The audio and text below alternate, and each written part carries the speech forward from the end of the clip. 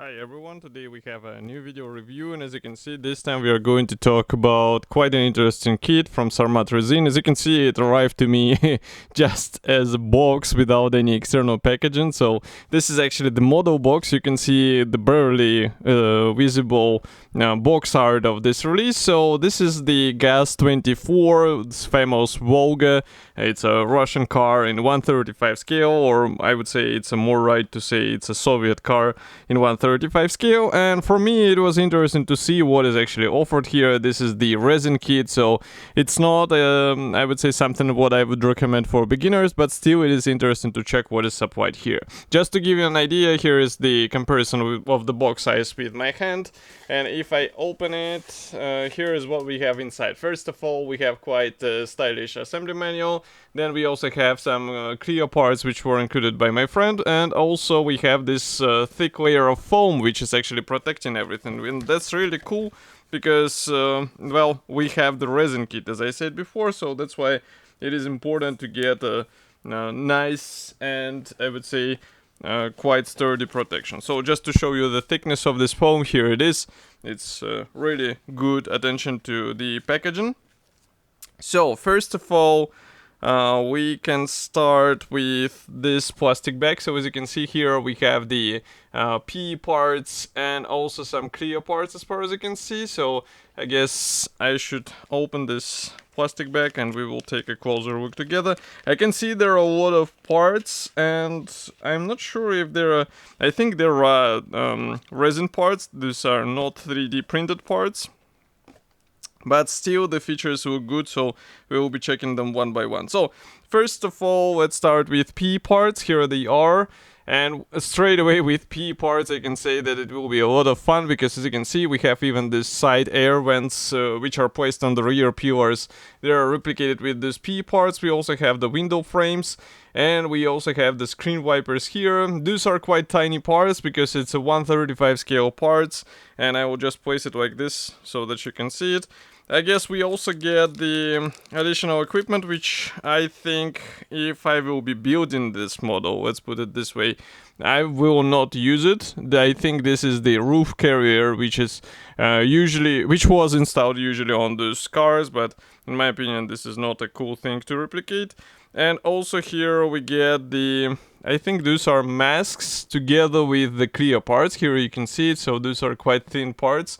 And quite an interesting, I would say, solution, because we are used to see the plastic parts, but here I guess they decided just to go with a really thin solution which will be more up to scale. And one more thing, here in the same plastic bag is the clear parts, so here you can see them.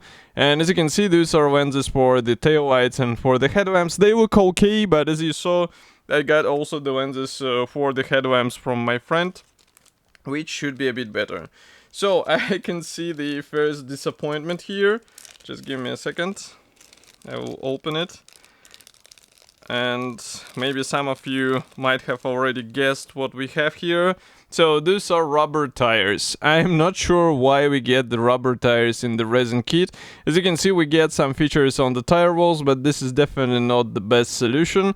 And I would rather prefer to have the one-piece wheels. I would rather deal with the masking of those wheels instead of dealing with these rubber tires. Not cool thing. Should be okay for out-of-the-box build, to be fair, but still, it's a bit surprising thing, in my opinion. But now we can start with the resin elements here. So, the first plastic bag is dedicated to those parts. I will place them on the table so that you can check them. And one part already flew away from me, so I will need a time to take it up. In the meantime, you can notice that we have a lot of pre-molded features on the door cards, and of course the doors will be molded shut or casted shut, so that's why you won't be able to do much. This is actually the bumper part here, what I'm holding or placing the last, and again, it will be important to finish it in a smooth, I would say, polished way, so that you can also apply the chrome finish, because it will be quite important. And the next thing is quite heavy one, so I will just remove all of this stuff. But overall casting quality looks fine. I'm not sure about the fitment because this is a full resin kit, so the fitment will be, I guess, a bit tricky here, and you should be ready for this. But next part is really large. Here you can see the, let's say, the floor pan for this vehicle. As you can see, the interior is molded together with exterior. We have really nice surface details. Of course, you have to find some reference material in order to understand how to paint it, but overall it looks fine. You just need to separate this side part, and again, this side connection, of course, it will require some careful separation, because otherwise you might end up with a ugly result, which will be really difficult to fix. Next, we continue with more of the thin parts. I'll take them all out here, and straight away I can see some broken elements. So these are actually the door handles, so I will just place them back in the plastic bag, because I can see we have some of them stored on the resin tabs, so there is no need to show the same, to be worried that some parts actually were broken off. But here I have to be careful a bit, because some parts are interconnected. So here we have some of the suspension arms, and these are, by the way, the interior parts. As you can see, the rear view mirror, various door handles and other stuff, which is also cool. Here we have the exhaust part. Next we continue with more of the interior parts. And as far as you can see, these are various pedals, also the transmission or gearbox handle. Next we continue with the leaf springs. So as you can see, they're also casted as single piece parts. Also the wheel caps. So those should be chromed, so be ready for some challenge. Another exhaust part, and the steering wheel column, which is molded together with the steering wheel. Maybe the steering wheel deserves a bit more attention, because here we get also a lot of pre-molded features, and they look okay. So I would say for this scale it's more than enough. But again, be ready to work with it, because again, this chrome finish, frankly speaking, I'm not even sure how to replicate it in a convincing way in this size. So if you have some ideas, feel free to write in the comment section. I will be happy to learn a bit and maybe to use it in one of my future projects. And next we have one more plastic bag, and I can see some parts which are actually without any plastic bags. This is also quite interesting. So here in this plastic bag we have the instrument panel. As you can see, this one is I think it's a first generation, but maybe the known people will correct me if I am wrong. Here we also have the lower section of the engine and gearbox, but the full engine is not included here, if you remember, because we have all of the doors and the bonnet molded shut. Wheel axle, another part for the rear suspension here. Next we continue with the wheel rims here, and one more part for some of the suspension parts. So the suspension should be quite detailed, so what I might recommend is actually to get some mirror stand, or maybe the rotating or transparent stand, so that it will be possible to see what is actually replicated under the vehicle. And now we can move those parts to the side. Actually, it's quite cool that they have those castings in a large size, so you don't have to deal with the small resin parts. It might speed up the assembly process, make it easier a bit, and yet there are some thin parts which will require due care. And here, by the way, we have also the rear deck and also the front mask. As you can see, it is molded together with the headlamp cases. We have really nice grille here. I think I'm happy that it's not replicated with PE parts, but maybe some others would rather get it replicated with PE parts.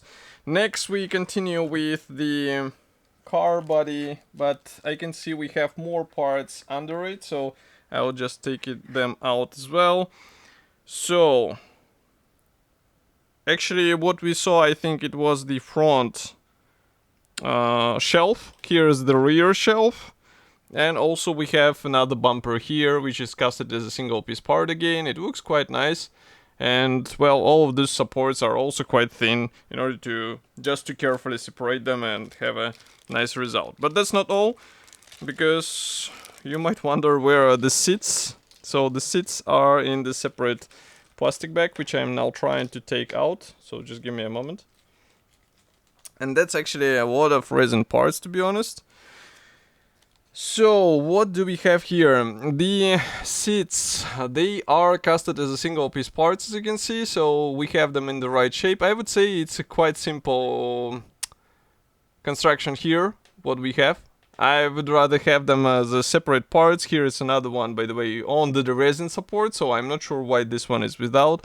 The rear seats are molded again as a single piece, let's say sofa-like seat. As you can see, again, it's a simple thing, but maybe it will benefit from some careful painting and weathering. Here we also have another middle insert between the front seats, I guess. And also, well, this is actually the support for the front seat, so it was broken off, but it's not a problem because it was broken off, I would say, in a more or less precise way, so part is not damaged. Okay, next we continue with most important thing, in my opinion, here. That's the car body shell. So here it is. As you can see, it is casted as a single piece part. As I said, we have the doors molded shut or casted shut. Of course, you will have to carefully cut out all these wheel arches and also the front section and the rear section as well. I would say the surface detailing looks good. Of course, it would be cool to have the openable bonnet, but unfortunately it's not here. And as you can see, inside is just plain surface, so that's also a shame, because maybe some others would like to replicate some roof finish here, or maybe it is replicated with a separate insert. That's something what we will find out when we will be checking the assembly manual, so just give me a second, I will take it on the table. So here it is. Quite, I would say, sturdy brochure. It's printed on thick paper, so let's zoom out a bit. And now you can see what we have here. So it's written in Russian language, unfortunately, but I will explain what we have here. So it's a model in 1/35 scale, GAZ-24. And the assembly process is quite easy to understand, because here we have the 3D pictures, surprisingly. No paint codes whatsoever, at least I don't see any paint numbers. So you have to figure out how to paint all of these parts by some reference material, as I was saying earlier. And it would be good to get some photos of the real vehicle. The same goes for the interior. So as you can see, this was actually the front shelf, as I said before. And also here we have the rear one. That's the middle seat insert. And as you can see, those seats are installed into those guiding elements, so at least some of the guiding elements are in place. The rear or the tail lights are quite simple affair here, so be ready to work a bit on the painting them in a more convincing ways, maybe trying to replicate some bulbs inside. That would be also cool in 1/35 scale. And here we continue with the last step. So as you can see, we use the PE frames. And also we install wheels, and maybe if you will give me a second, I will read what is here. So we should glue in first the parts which are copying the glass, and then the PE part can be installed separately. So basically you can paint the PE parts separately and then just install onto the clear parts. That might simplify the overall masking and actually help you avoid the masking, and this is really cool. And here on the last page we have just empty space maybe for some notes. So overall, I would say, again, as I said in the beginning, this is definitely not a kit for beginners. But if you are confident in your skills and you would like some challenge and maybe building some unusual car, then definitely take a look. Especially in a 1/35 scale, it might be an interesting choice to combine with some figurines. And of course, I will be happy to hear your opinion, so do not forget to write it here in the comment section below. And I will see you in the next video review as usual. Thank you for joining me today, and bye.